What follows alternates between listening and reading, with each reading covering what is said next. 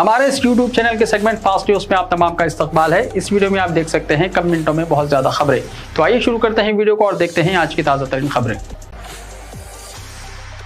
चलती कार में लगी आग। हैदराबाद में एक कार में आग लग गई। यह हादसा माधापुर मेट्रो स्टेशन के पास आज सुबह उस वक्त पेश आया जब चलती कार में अचानक आग लग गई। इंजन में से आग की चिंगारियां निकलते देखकर गाड़ी में सवार अफराद गाड़ी से बाहर निकल गए और उनकी जान बच गई। फायर इंजन ने फौरी तौर पर मुकामी हादसे पर पहुंचकर आग पर काबू पा लिया। इस वाक़े का वीडियो सोशल मीडिया पर वायरल हो गया। चीफ मिनिस्टर रेवंत रेड्डी से मेयर गदवाल विजय लक्ष्मी की मुलाकात। जीएचएमसी की मेयर गदवाल विजय लक्ष्मी ने हफ्ते को तेलंगाना के चीफ मिनिस्टर रेवंत रेड्डी से मुलाकात की। उन्होंने जुबली हिल्स में वाक़ उनकी रिहायशगाह पर खैर सुगाली मुलाकात की। गदवाल विजय लक्ष्मी ने 11 फरवरी 2021 को जीएचएमसी की मेयर की हैसियत से चार्ज हासिल किया था। वो हैदराबाद के 5वीं खातून मेयर और तेलंगाना की पहली खातून मेयर हैं। वो बीआरएस पार्टी की लीडर हैं। विजय लक्ष्मी, जिनके पास अमेरिकी शहरियत भी है, उन्होंने वहां से आकर सियासत में हिस्सा लिया। उन्होंने एक्स पर एक फोटो के साथ पैगाम शेयर करते हुए कहा कि रेवंत रेड्डी अवाम के चीफ मिनिस्टर हैं। शेयर करदा तस्वीर में रेवंत रेड्डी हेलीकॉप्टर में बैठकर 10 रुपए का रियल फ्रूट पी रहे हैं। उन्होंने ट्वीट में कहा कि ओहदा कोई हैसियत नहीं है। रेवंत रेड्डी को देखने से लगता है कि ये एक जिम्मेदार शख्स है। बीआरएस को झटका। साबिका डिप्टी चीफ मिनिस्टर राजा ने पार्टी छोड़ दी। पार्लिमानी इंतखाबात से पहले बीआरएस पार्टी को झटका लगा है। गुलाबी पार्टी के सीनियर लीडर और साबिका डिप्टी चीफ मिनिस्टर डॉक्टर राजा ने पार्टी से इस्तीफा दे दिया है। उन्होंने इस बात का ऐलान कर दिया है। राजा ने कहा कि अगरचे वो पार्टी के वफादार है, लेकिन इन्हें नज़रअंदाज कर दिया गया। वाज़ेह है कि गुज़िश्ता असेंबली इंतखाबात में पार्टी ने राजा को एमएलए का टिकट देने से इनकार कर दिया था। इन्हें तवक्को थी कि पार्लिमानी इंतखाबात में इन्हें मौका फराहम किया जाएगा, लेकिन एमपी का टिकट भी इन्हें दिए जाने के आसार नजर नहीं आ रहे थे, जिसकी वजह से उन्होंने पार्टी छोड़ने का ऐलान कर दिया। इम्कान है कि वो कांग्रेस पार्टी में शामिल होंगे। उस्मानिया हॉस्पिटल की हेरिटेज इमारत के तहफ़्फ़ुज़ पर चीफ मिनिस्टर रेवंत रेड्डी से नुमाइंदगी। हैदराबाद की तारीखी उस्मानिया हॉस्पिटल की इमारत के तहफ़्फ़ुज़ का मामला चीफ मिनिस्टर रेवंत रेड्डी से रुजू किया जाएगा। कांग्रेस ने असेंबली चुनाव के मंशूर में उस्मानिया हॉस्पिटल की हेरिटेज इमारत के तहफ़्फ़ुज़ का वादा किया था, लेकिन हाईकोर्ट में सरकारी वकील ने इस बात का इशारा दिया है कि हुकूमत मौजूदा इमारत को मुनहदम करते हुए नई इमारत तामीर करेगी। बरसर इख्तियार कांग्रेस पार्टी से ताल्लुक़ रखने वाले कायदीन ने इस मसले को चीफ मिनिस्टर से रुजू करने का फैसला किया है ताकि हेरिटेज बिल्डिंग का तहफ़्फ़ुज़ हो सके। हाईकोर्ट में 12 फरवरी को इस मसले पर समाअत मुकर्रर है, लिहाजा कांग्रेस कायदीन चाहते हैं कि अदालत के फैसले से पहले हुकूमत की जानिब से मौजूदा इमारत के तहफ़्फ़ुज़ का फैसला किया जाए। हाईकोर्ट में हुकूमत के मौक़िफ़ में तब्दीली पर मुख्तलिफ गोशों से तनक़ीद की जा रही है। इंतखाबी मंशूर के वादे से इन्हिराफ को रोकने के लिए कांग्रेस कायदीन ने चीफ मिनिस्टर रेवंत रेड्डी से नुमाइंदगी का फैसला किया है। साबिक़ केसीआर हुकूमत ने मौजूदा इमारत को मुनहदम करने का फैसला किया था। कांग्रेस कायदीन का कहना है कि 12 फरवरी तक हुकूमत को हेरिटेज इमारत की तफसीलात से वाकिफ़ कराया जाएगा।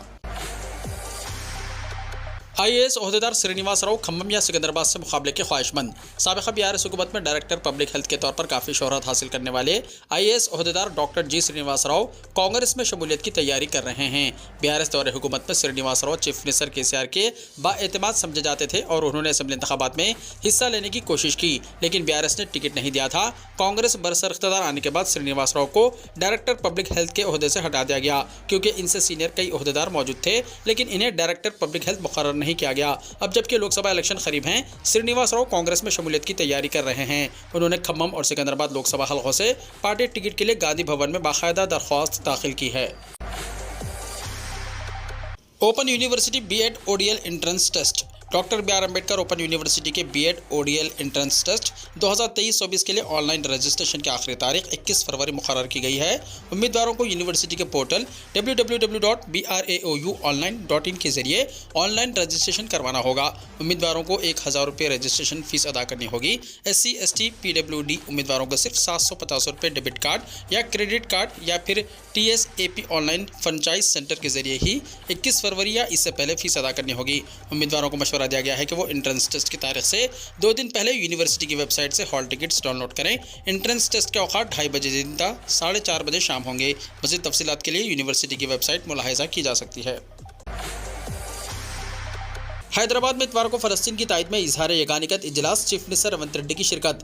तेलंगाना सीपीआई के रियासती सेक्रेटरी और रुकन असम्बली सांबा शिवाराव ने कहा कि चीफ मिनिस्टर रेवंत रेड्डी 4 फरवरी इतवार को हैदराबाद में मुनक्किदा फ़लस्तीन की तायद में मुनक्किद होने वाले इजहार यगानिकत के इजलास में शिरकत करेंगे। उन्होंने कहा कि सीपीआई के कौमी जनरल सेक्रेटरी डी राजा और फ़लस्तीनी सफ़ीर अदनान मोहम्मद जाबिर अबुल हिजा भी इस मीटिंग में शिरकत करेंगे, जो इतवार को शाम 6 बजे सुंदरिया विज्ञान केंद्र में मुनक्किद होगी। उन्होंने कहा कि चीफ मिनिस्टर रेवंत रेड्डी को इस मीटिंग में बतौर मेहमान खुसूसी मदऊ किया गया है और उन्होंने मुस्बित जवाब दिया है। उन्होंने कहा कि इसराइल फ़लस्तीन में नस्लकशी कर रहा है और इस तनाजुर में पूरी दुनिया फ़लस्तीनी अवाम के साथ खड़ी है। उन्होंने कहा है कि हैदराबाद में फ़लस्तीन इजहार यगानिकत का इजलास सीपीआई के ज़ेर एहतमाम मुनक्किद किया जा रहा है।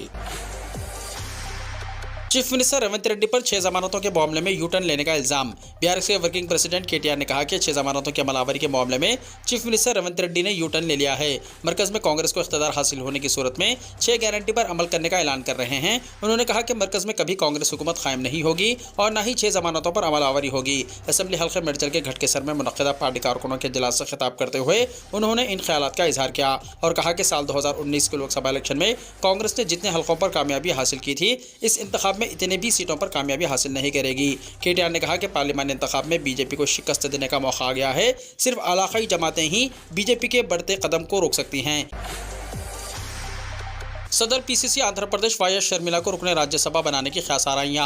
वाई शर्मिला सदर प्रदेश कांग्रेस आंध्र प्रदेश को पार्टी तेलंगाना से राज्यसभा रुकन मुंतखब करवाएगी।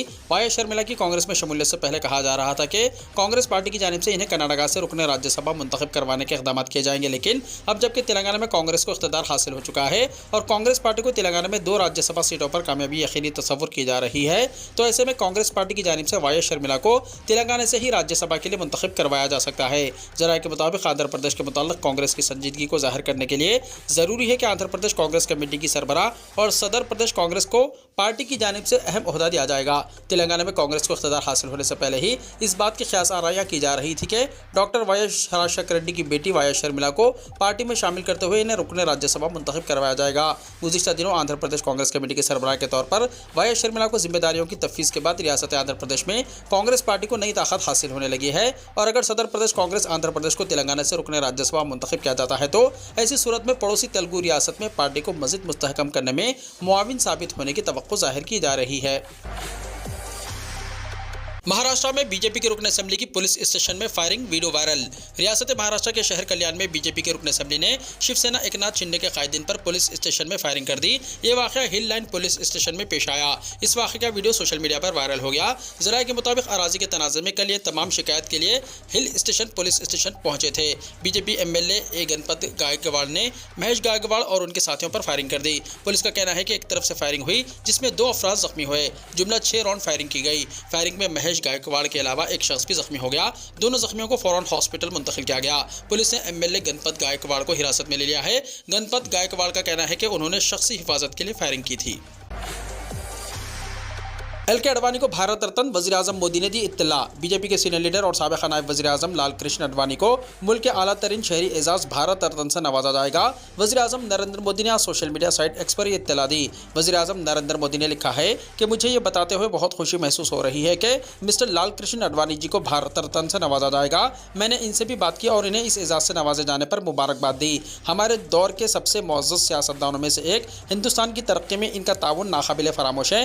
इनकी ज़िंदगी ज़मीनी सतह पर काम करने से शुरू होकर हमारे नायब वज़ीर आज़म के तौर पर मुल्क की खिदमत करने तक है।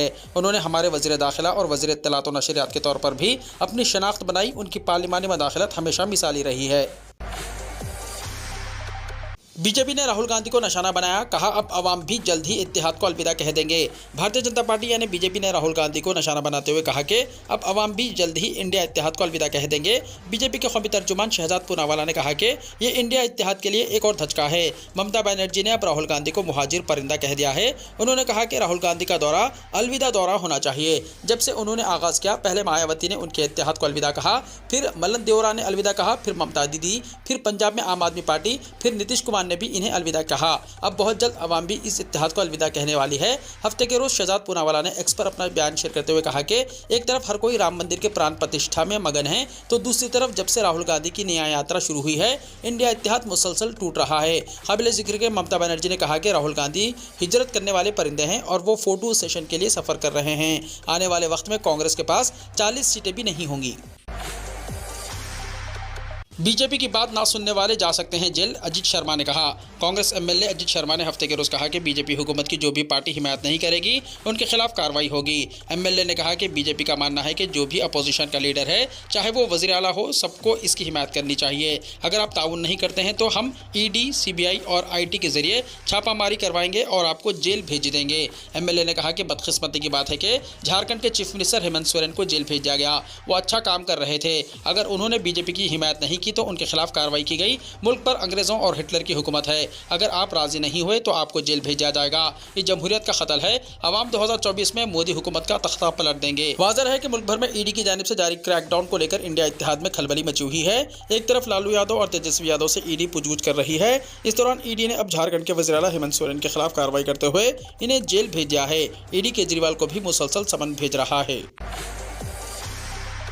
मैं मरी नहीं अभी जिंदा हूं, मौत के ताल्लुक से अदाकारा पूनम पांडे का भोंडा मजाक। बॉलीवुड अदाकारा और मॉडल पूनम पांडे की मौत की खबर जुमे को सामने आई थी। इसके मैनेजर ने मीडिया को इंकशाफ किया था कि वो कुछ अरसे से सर्वाइकल कैंसर में मुब्तला थी और जुमे की सुबह इंतकाल कर गई। ताहम सोशल मीडिया पर एक मुहिम चल रही है कि वो जिंदा हैं और उनकी मौत के ताल्लुक से अदाकारा की टीम ने झूठ बोला है। वहीं अदाकारा के इंस्टाग्राम से एक चौंका देने वाला पैगाम सामने आया। पूनम ने एक वीडियो शेयर करते हुए लिखा है कि मैं मरी नहीं, मैं अभी जिंदा हूँ। इस वीडियो में इसने बताया कि इसे ऐसा क्यों करना पड़ा।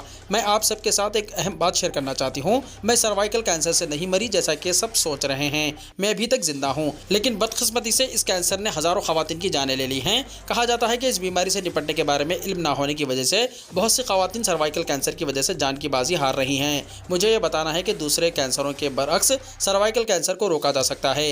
इस बीमारी से किसी को भी अपनी जानों से हाथ धोने से रोकने के तरीके मौजूद हैं। HPV वैक्सीन और बीमारी का जल्द पता लगाने से इस कैंसर से जल्द निजात मिल सकती है। इसने वजाहत की है कि इसे कैंसर के बारे में बेदारी पैदा करने की नीयत से ऐसा करना पड़ा। फिलहाल पूनम की पोस्ट वायरल हो रही है। अदाकारा के इस भोंडे मजाक से नेटिनीज इससे काफी नाराज हैं। अमेरिका ने इराक और शाम में 85 से ज़्यादा ईरानी अहदाफ पर बमबार तैयारों से हमला किया।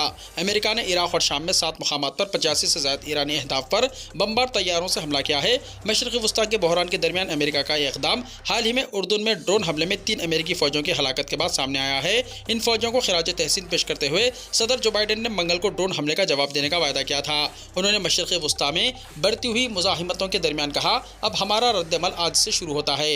न्यूयॉर्क टाइम्स की रिपोर्ट के मुताबिक अमेरिका ने यह इंतखाबी कार्रवाई गुज़िश्ता हफ्ते उर्दून में ड्रोन हमले में 3 अमेरिकी फ़ौजियों की हलाकत के बाद की है।